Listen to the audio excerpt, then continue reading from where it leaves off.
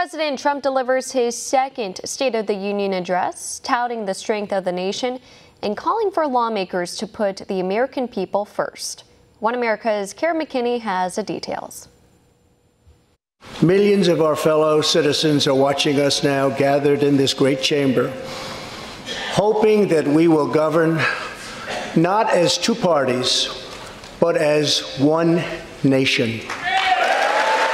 President Trump calls for Americans to unite against the political gridlock happening in Washington, D.C. Standing before a joint session of Congress Tuesday night, the president celebrated the accomplishments under his administration. Over the past 2 years, more than 5 million new jobs have been created, 600,000 of which have been in the manufacturing sector, as the president continues working to negotiate fair trade deals. Because of this unprecedented economic boom, unemployment rates have hit record lows, especially within the Hispanic and African American communities, and millions more have been lifted off of food stamps. Over 157 million Americans are now working, the most in U.S. history. But the fact is, we are just getting started.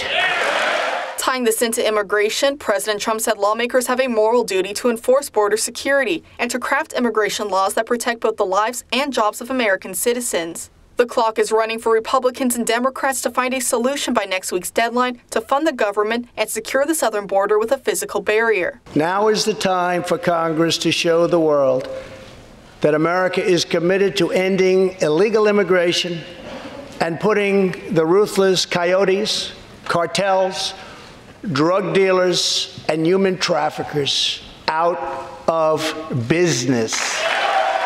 Among the guests invited to the address by the White House were angel moms, dads, and families who have lost loved ones to crimes committed by illegal aliens. For his part, the president has ordered over 3,700 troops to the U.S.-Mexico border as members of the latest migrant caravan begin arriving in the region. Meantime, in keeping with his promise to protect human life, the president reaffirmed the dignity of the unborn by calling for an end to abortions for babies who can feel pain. He also announced a policy for paid family leave nationwide, and he pledged to eliminate HIV and AIDS. Turning his attention to foreign policy, President Trump said it was time to welcome brave U.S. troops home from Syria now that the country has been liberated from ISIS. He also confirmed the details of his upcoming meeting with the North Korean leader later this month to push for denuclearization. And the president vocalized his support for the Venezuelan people in their fight against the Maduro regime. While President Trump touched on many different issues throughout his address, he never strayed from the original promise he made to the American people before his election.